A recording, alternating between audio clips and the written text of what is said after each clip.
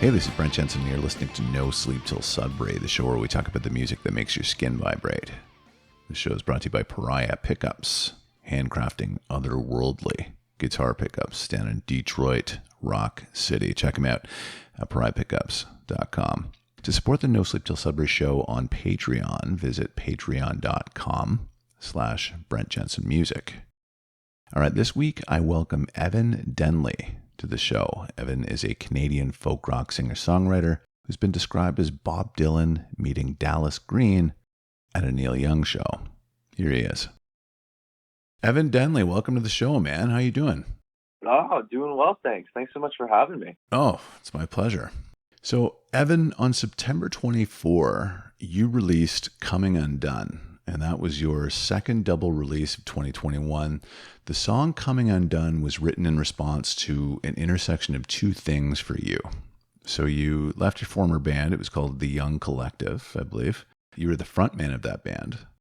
And the other thing was the threat of the oncoming pandemic. Those two things happened at the same time for you. And that was the result of Coming Undone, wasn't it?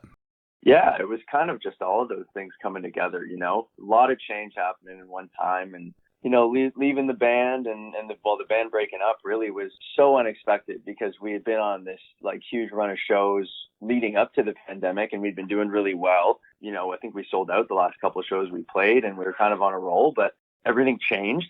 Music changed. Shows weren't being played anymore. And I mean, that's still to this day. That's like the thing I love to do more than anything else. So it's like losing that was just such a huge shift. And then losing the band and just losing everything that, you know, I'd been working on for the last 5 years or whatever. It was just kind of like, on one hand, it was really exciting because it was kind of like, okay, well, what's next? But it was kind of hard to stay in that mindset because I more so was just like, holy crap, like what happened? Now, during that period, and I guess up until now, what are some of the things that you did? Did you play virtual gigs at all? I tried. I really did my best. And I did a couple of like Instagram live things and like Instagram open mics for places around Toronto. But I don't know. It never felt right to me. It never felt like something I actually wanted to do. And it's something like, and it's no disrespect to anybody else either, but it's like, I didn't want to watch anybody else's Instagram live either. There was no connection there for me. You know, there was no reason. I don't know. It just didn't do it for me. Yeah, I know what you mean. I've been on both sides of that. I did some speaking gigs before COVID, and I tried to do it virtually, and it was really odd. Like, it was just such a weird thing, you know, not doing it in front of the audience. But also, I found as the audience on the other side of the coin, I saw bands more on the internet than I did, you know, before COVID. It was like there was just this massive flood of, you know, online show.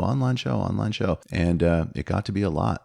Yeah, definitely. I think it's like just because it was easier to do it and easier to have some kind of audience, or at least like think you have some kind of audience, you didn't have to talk to a booking manager. You didn't have to load up the van and drive to the venue. You know, you didn't actually have to go play a gig. You could just sit in your living room and do it. So it was just a lot more accessible, probably. Yeah. Oh, absolutely, it was. Yeah. Now, have you been getting out there? What's the landscape like for you? Yeah, it's funny. Well, sort of halfway through the first couple of lockdowns, I don't even remember what lockdown we're in now. If we are locked down, I don't even know where we're at right now. Yeah. But yeah, I went back to school and I got my audio production and engineering at Metalworks. So that's been my last year. So I kind of put music on hold to some extent. We still we recorded these songs, obviously, that I'm releasing right now. We recorded those over the last year, but really kind of put everything on hold and took a step back to just kind of evaluate what I'm doing, what I want to do, how do I do the things that I want to do. And that's really been what I've been up to lately. You know, I've been thinking about playing shows. I haven't really been getting out there at all because I'm still, I don't know, I'm scheming, you know? Yeah, no, you know what though? That's a great use of your time. Everybody had a different way that they kind of coped with COVID. I love hearing, you know, people say, well, you know, I shut everything down and I really kind of schemed and thought, what are my next steps and how can I build something from this and make the most of the time? So that's really cool.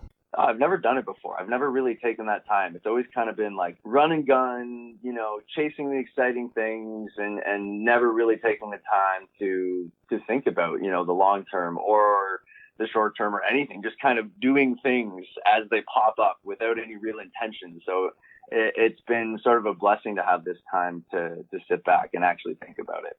Good. See, silver lining stuff. That's great. That's it. Optimism. Awesome. Now, I like your stuff, Evan. I was listening to this, and for me, your style is more contemporary. I almost hear like a little Jason Mraz in the production. It's very bright in the arrangement. Yeah, like it. I hear Dallas Green in there. I hear some Father John Misty in there, but mostly I hear a very distinct contemporary indie vibe.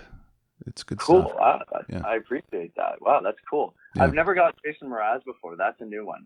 I hear that, just because it's a bright sounding, Coming Undone. It's kind of funny because the lyrics don't reflect it necessarily, of course. Yeah. But it's a very bright production. The instrumentation is not dark. Do you know what I mean?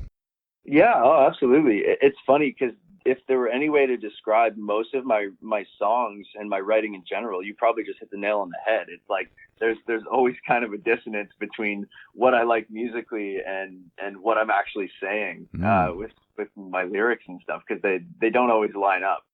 It's funny. I always tell my friends that happened a lot in the 70s, and I always use the Carpenters as an example. I don't know if you know anything about them, but the melodies were very kind of bright and flouncy. And then they were talking about, broken hearts and killing themselves and stuff like that. It's just very, you know what I mean? So there was a huge contrast there. Well, it kind of makes sense. I mean, that for me, like I always loved the 60s, always loved the 70s in sort of the folk rock respect. Like that's where I've always been drawn to. And if you kind of separate the things that I write about from that, it makes complete sense, because my writing is all kind of coming from myself and I guess more contemporary issues that are happening in my life. But then you look at the music I'm writing, and a lot of that's rooted in those decades. I totally get that. Yeah. And that's actually a really good segue into your song list here, because this is a great list, man. I like this. Oh yeah. There's no 70s tunes in here, but you can hear, the pedigree, especially with your first one here, Lukas Nelson and the Promise of the Real. Entirely different stars. The song is money. I was thinking about it. It encompasses so many genres, right? Because it starts out, it sounds country, almost like a little bluegrassy. And there's folk in it. There's a heavy rock solo. There's, a bit of psychedelia. It's great. It's everything that I want in a song. It's everything I want in a song. I love this song. And they this is like the first track on their album Naked Garden. Mm-hmm. And it's like, how else are you supposed to open an album if not like this? Yeah. Yeah. It's wild. I remember like the first few times I listened to this song, I was in the car driving, and I'm like kind of trying to search through the album, thinking I just listened to like 4 different songs, because it's such a ride. I'm like, okay, what did I listen to here? It's like, no, I remember hearing the first couple minutes of this, it's country, and then the next one, and then I let it finally play all the way through, and I'm just sitting there like mind blown, like what am I listening to right now? Yeah, it's wild in that way, because it does move through a lot of genres. And I was thinking, when I was thinking about it, record companies could have never marketed a song like this years ago. No, you can't, because you can't put a label on it. You can't really decide what it is. And I love that. I think that's fantastic. Yeah. Oh, yeah. Me too. And these guys like Lukas Nelson, Promise of the Real, that the band is incredible. They record most of their stuff live off the floor, and that is like always so appealing to me. Like I'm always looking for musicianship. I'm drawn to it. Mm-hmm. So what are some of the old 70s bands that you would like then, based on that? Well, more so in the 60s, I guess. And a little bit. I mean, when I'm thinking of 70s, I'm just thinking of like the later years of Zeppelin, really. But yeah, and I love like first wave heavy metal. That stuff always hits home for me. But the big ones for me from the 60s are really like Bob Dylan, Neil Young. Like those two guys right there are responsible for so much of what I do, and just what I spend time listening to, what I spend time thinking about, their ideas musically and lyrically and philosophically. I'm just so wrapped up in all of the stuff that those two guys have done. Cool. Your next tune is Boygenius, Salt in the Wound. Great song. Big song. This is a fantastic song. And it's funny, Boygenius, I think this is like 3 women and a dude, isn't it? Yeah. And I got onto them because I was sort of a fan. I knew a couple songs of Phoebe Bridgers, and she's one of the vocalists in the group, and so I wanted to hear this stuff, this trio they've done. Yeah, this song, like, it's just amazing. Like, for the last, like, even if I just had to pick 30 seconds of the song, the last 30 seconds give me goosebumps every single time I listen to it. Yeah. Huge build up, the swell, and I'm pretty sure it's Phoebe who's like belting that huge note just over top of everything. And it's sort of similar to the first song, where I'm just kind of like sitting there mind blown, just like so wrapped up in what's happening. I agree with you. And that swell starts in the second verse, because the first verse, I don't know who sings that one, but it's almost like a Cat Power, if you know Cat Power. I don't. That's her stage name. I don't remember her real name, but it's not quite a Lana Del Rey, but it's that kind of, it's more, more morose, right? And then a little bit delicate. Yeah. And then Bridgers comes in that second verse, and it's like, whoa, what a contrast, you know? Oh my gosh. Yeah. Fantastic tune.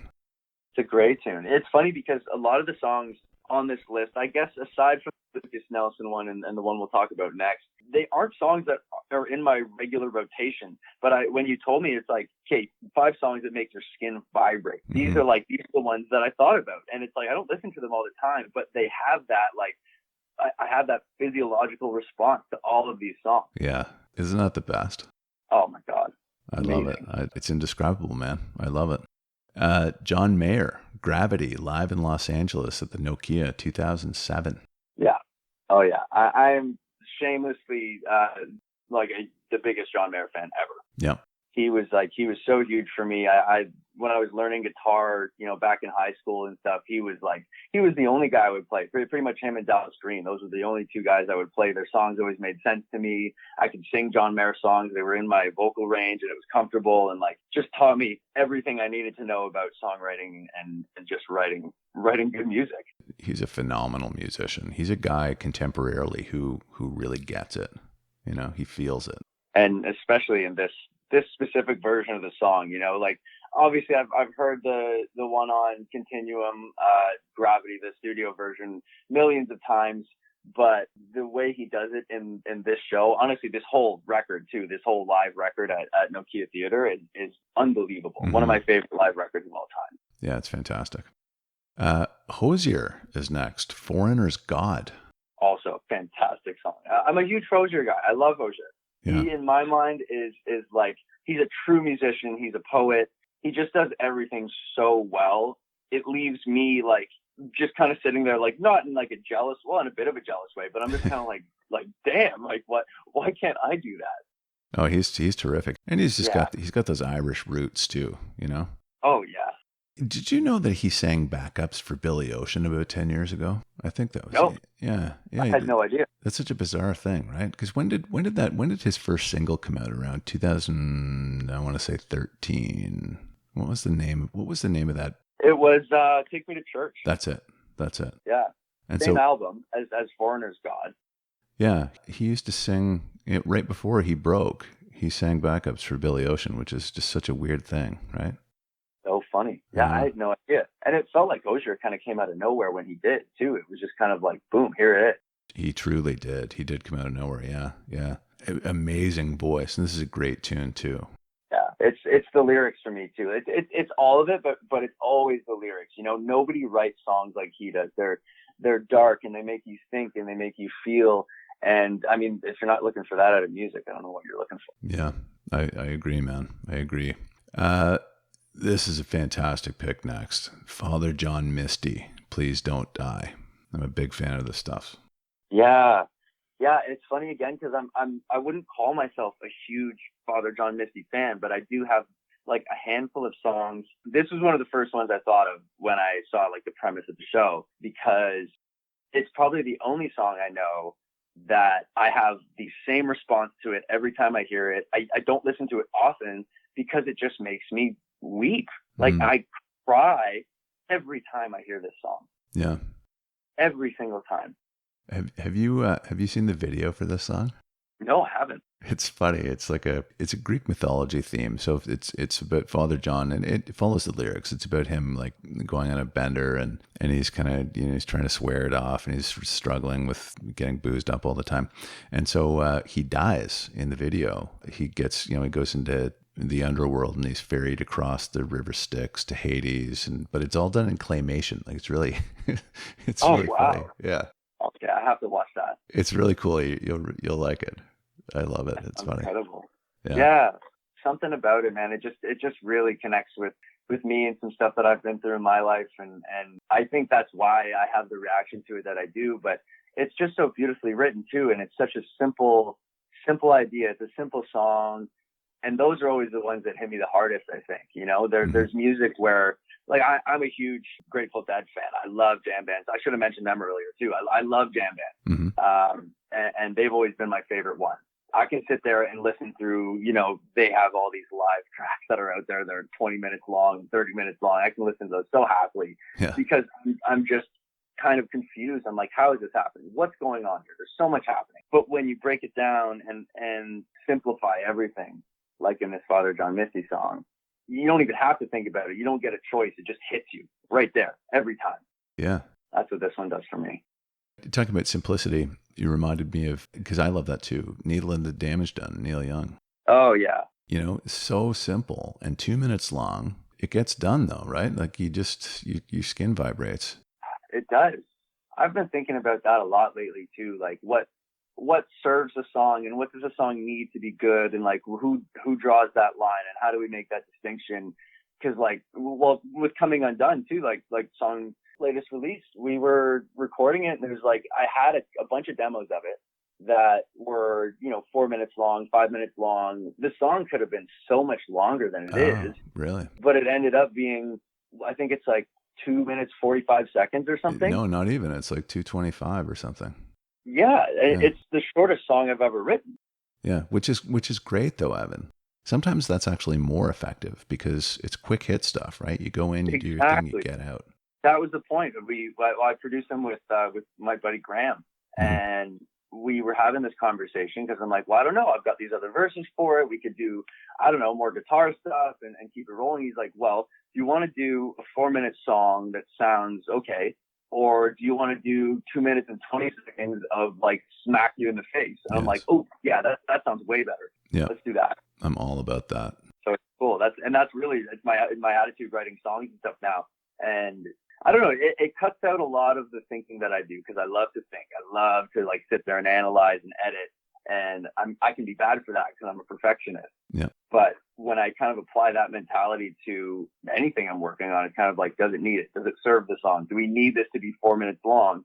Probably not. Probably more often than not, you don't.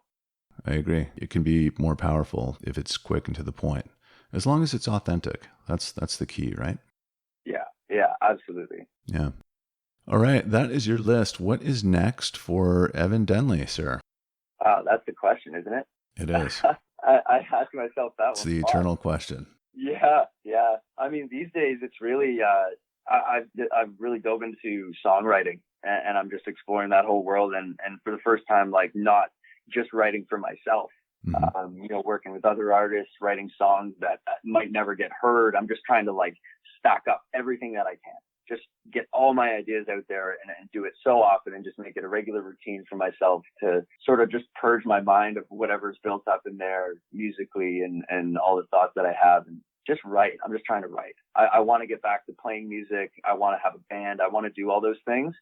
But right now, the thing that's right in front of my face is really just kind of creating and seeing where it goes. Good. That's great, man. And when you do get back out there, I'm going to come see you play. Oh, please do. That would be fantastic. Yeah, absolutely. Yeah. Hopefully soon. It is something that I want to get back to doing soon. So it'll happen. It's happening already. Yeah. Well, listen, thanks for the chat, man. I really appreciate it. Thanks for taking the time. Folks, anytime. The new record is called Coming Undone. Evan Denley came out September 24. Go get it. Evan, thanks for your time, man. I appreciate it. Anytime. All right. Best of luck, sir. I will be in touch. Sounds great. All right. You take good care. All right. See you later. All right. Ciao. All right. This has been No Sleep Till Sudbury with my very special guest, Mr. Evan Denley. Till next time, folks. Take good care.